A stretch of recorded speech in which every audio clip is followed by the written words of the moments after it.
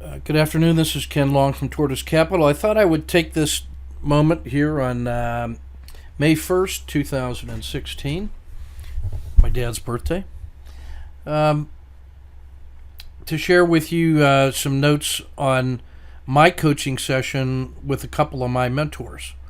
I'm a big believer in coaching and mentoring, and so I use it to improve myself.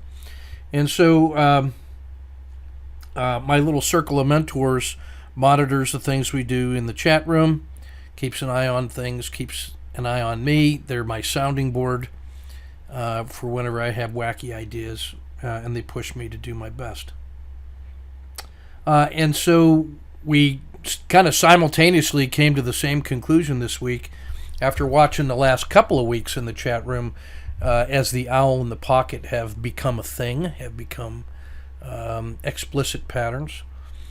And my mentor number one, let's say, said, I think the earth shifted this week. This week was a turning point on the chat room and the discussion board. We need to understand why so as to replicate it faster and to institutionalize it so people can learn more quickly. The board started to succeed.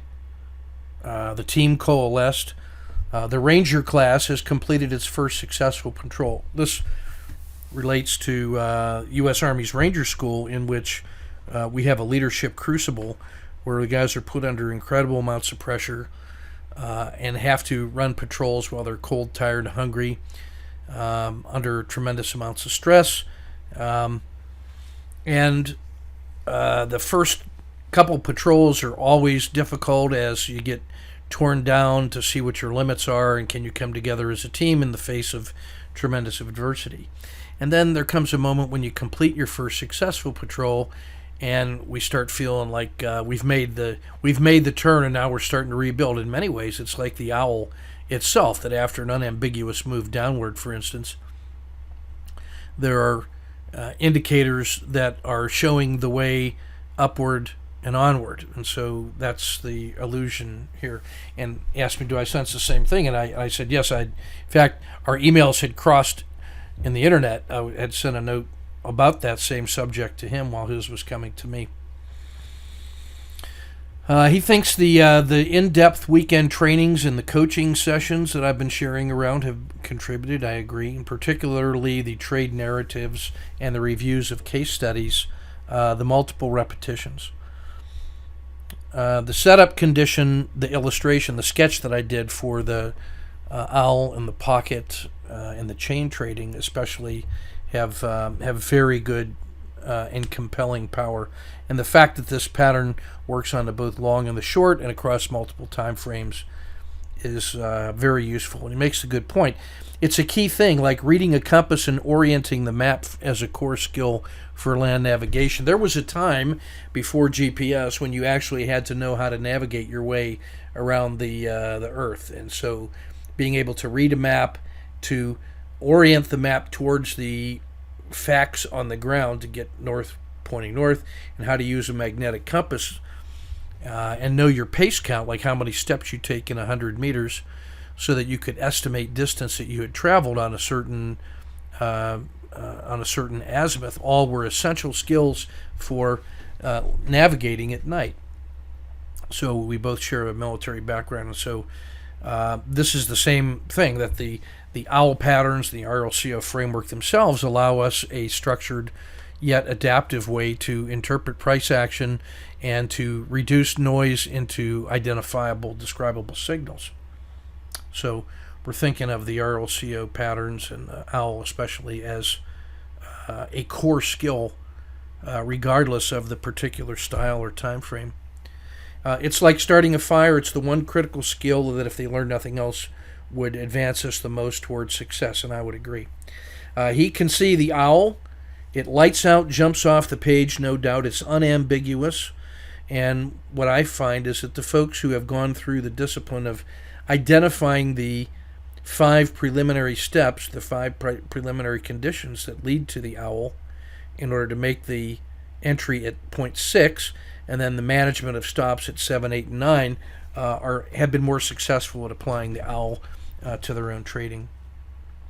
He observes that the folks on the board, when he says the board, the chat room, the folks in the chat room are seeing it very clearly, probably even more so than the continuation pocket trade. I think of the owl as the major turning point and the pockets as the minor moments after the owl has moved to show continuations.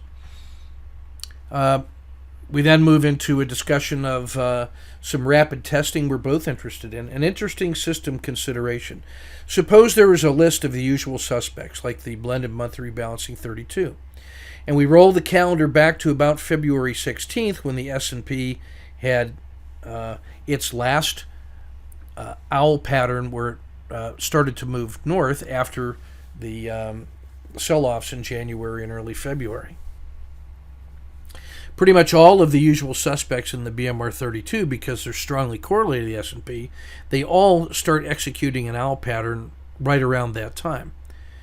And the thought experiment is, which ones would we expect to do the best, and which ones would we select? The relative strength leaders, or his spider sense and mine says to also take a look at the worst 30 and 60-day performers, so that they not only get the turning point along with the market, but that there is a reversion to the mean or a reaction against the extreme as it gets back to the Bollinger Band mean.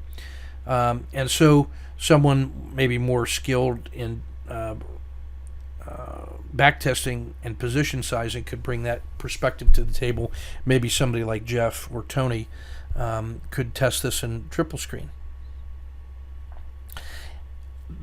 Then some thoughts about the swing trading owl, much like I demonstrated during the online swing trading course. It's not capricious. It's not a month-end driven, calendar-driven system. It happens when it happens, and it lasts as long as it lasts. And it can rotate between long and short. It can go into sectors or out of sectors as driven by their price.